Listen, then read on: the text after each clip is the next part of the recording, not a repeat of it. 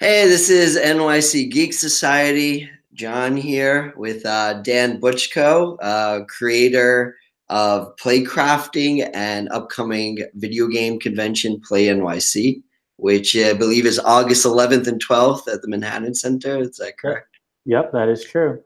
All right. So first question is kind of an easy one, probably, but describe Play NYC in your own words. Sure. So Play NYC is the convention that New York has always needed. It's an all games, completely interactive convention, the likes of which we've never seen here before. And really, it's meant to elevate games culture in the broader games industry for New York. So we welcome developers, streamers, players, fans from all over the place to Play NYC to just gather a ton of people in one place and play a bunch of games together.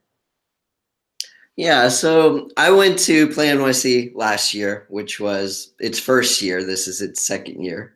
And something that I'm curious about is, last year, I believe it was all NYC based developers. Is that going to continue, or are you going to try to pull in developers from other states, other countries, etc.?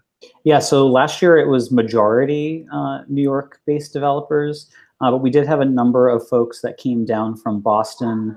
There was a number of folks from LA and San Francisco, and we did have a few that were traveling from out of the country as well. Hmm.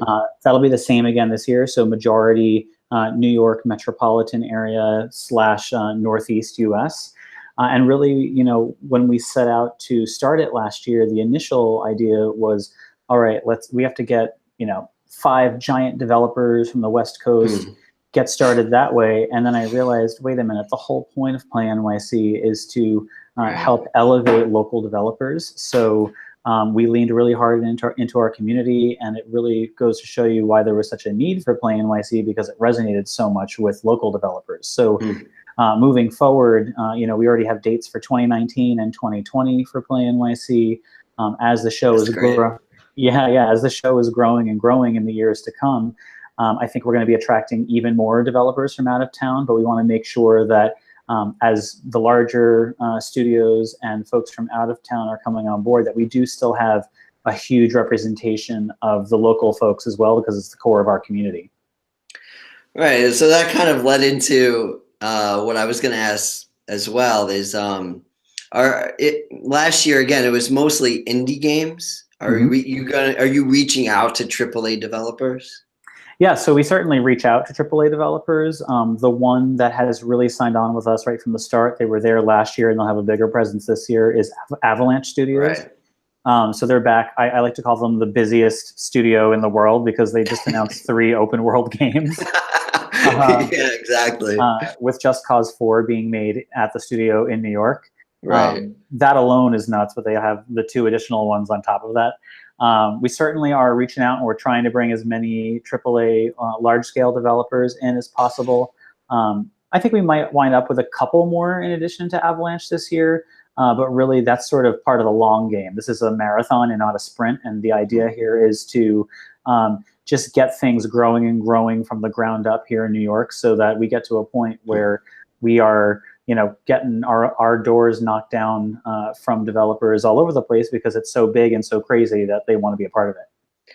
Yeah, I mean, last year when we were at Terminal 5, my first impression was this was great, but it seemed like in your first year you already outgrew that space. Yeah. It's like, so now it's going to be in the Manhattan Center. Right. What's the goal here? Is the goal the Javits Center, like where we have Comic-Con, or what are you thinking? Yeah. So we did pretty much sell out on the first day of the show last year. So we knew going into this year's planning that we needed a venue that was going to be able to support many more people, and more importantly, be a place that we could grow into it for years to come. So the Manhattan Center actually is a collection of smaller venues, all in one complex. I see.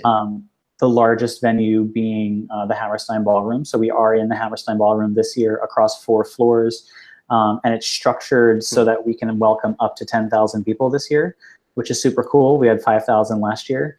I think that's something that sets Play NYC apart, is that it's not in your typical convention space. your conventional convention space. And I'd like to keep that going for as long as possible, because as soon as you go into a regular convention space like the Javits Center, it starts to feel like it's any other event. And we want to make sure that you know and feel like you're in New York when you're at Play NYC. So certainly, as it's growing and growing, we will move to spaces that we need to move to, but we never want to lose that really unique vibe that I think we offered with Play NYC last year. So what does that mean to you? Like a sort of intimacy? Yeah, it's to me, it's a feeling you get when you walk in. So having the convention inside of spaces that don't just feel like aircraft hangars. Right. Yeah. Really, New York is full of so many cool spaces, and of all the ones that we looked at, the Manhattan Center really did offer sort of that best combination of a very fun, unique atmosphere, while also having the facilities and the space to accommodate all these people and all these kiosks and setups and games and whatnot. So really, it's about, it presents a challenge having a large scale event inside of spaces that are not typically known for them, but it also winds up offering an atmosphere that is more, it has like a cooler vibe to it. Last year we had the disco ball up there, some really cool concert lighting. We're going to play with things like that again this year.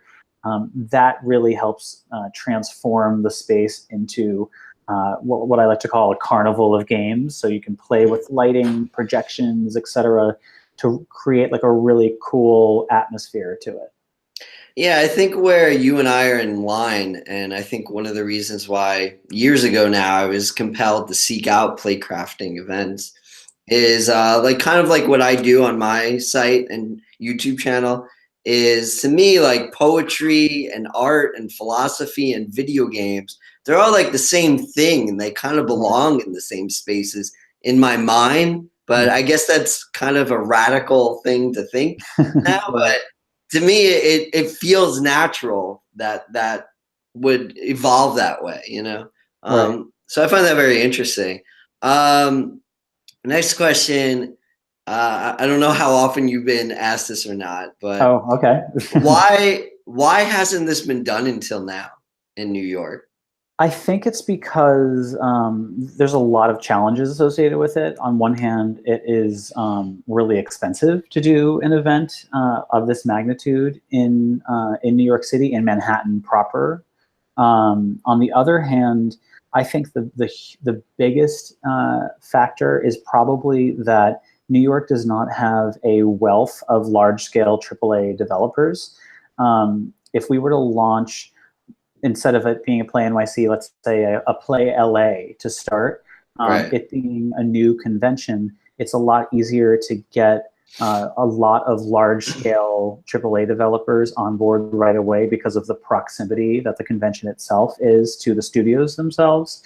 So a lot of the challenge with Play NYC has been courting those larger-scale developers from other cities and the other coasts. So I think on one hand, that has been a challenge, and that's probably why it hadn't been happening before. And also, that's not to say that a lot of great community events have been happening for years and years. Playcrafting obviously has been doing a lot of expos and smaller events.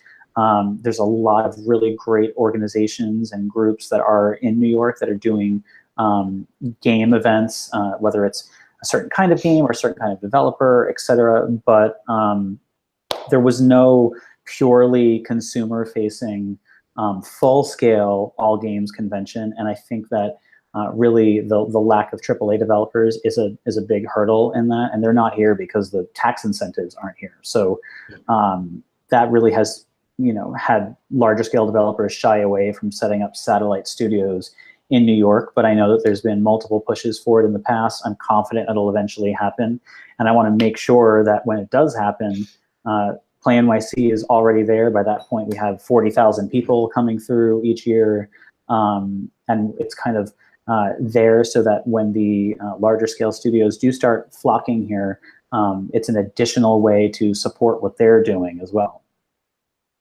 Yeah. I mean, you would think that, there's indie film festivals and art stuff going on in New York all the time, that Hmm. this should fit right in, you know. Right, right, right. Um, and maybe it's just the right time. So that's great. And yeah, so my final question is, um, describe play crafting itself in your own words, and what inspired you to start play crafting?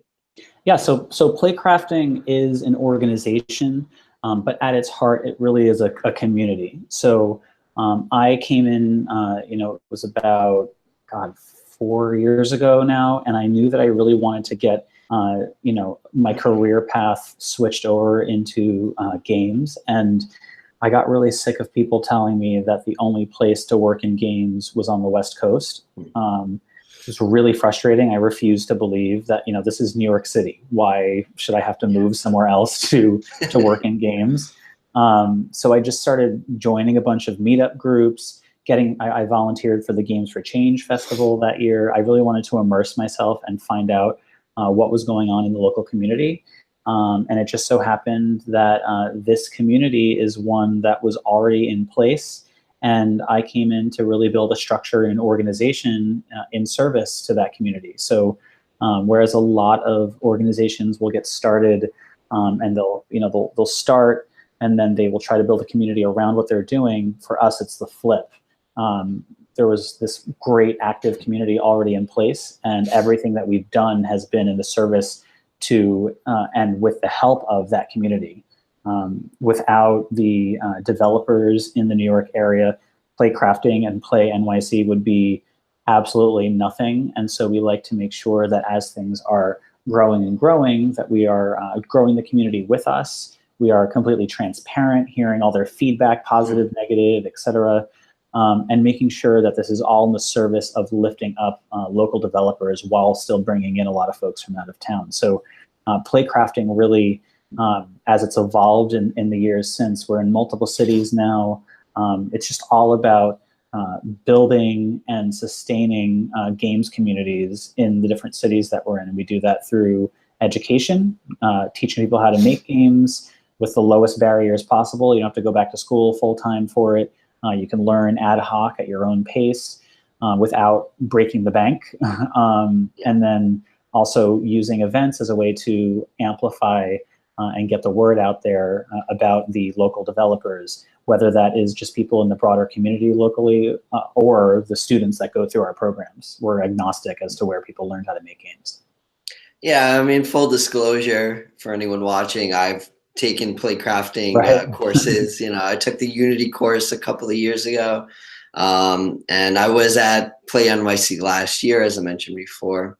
But what comes to mind is, what has it been like to see this grow for you? I mean, I know that it started off as just like a meetup, and what you said, that was like 4 years ago. Yeah, Now yeah. you're in different states and you're running, Yeah. conventions. What does that feel like?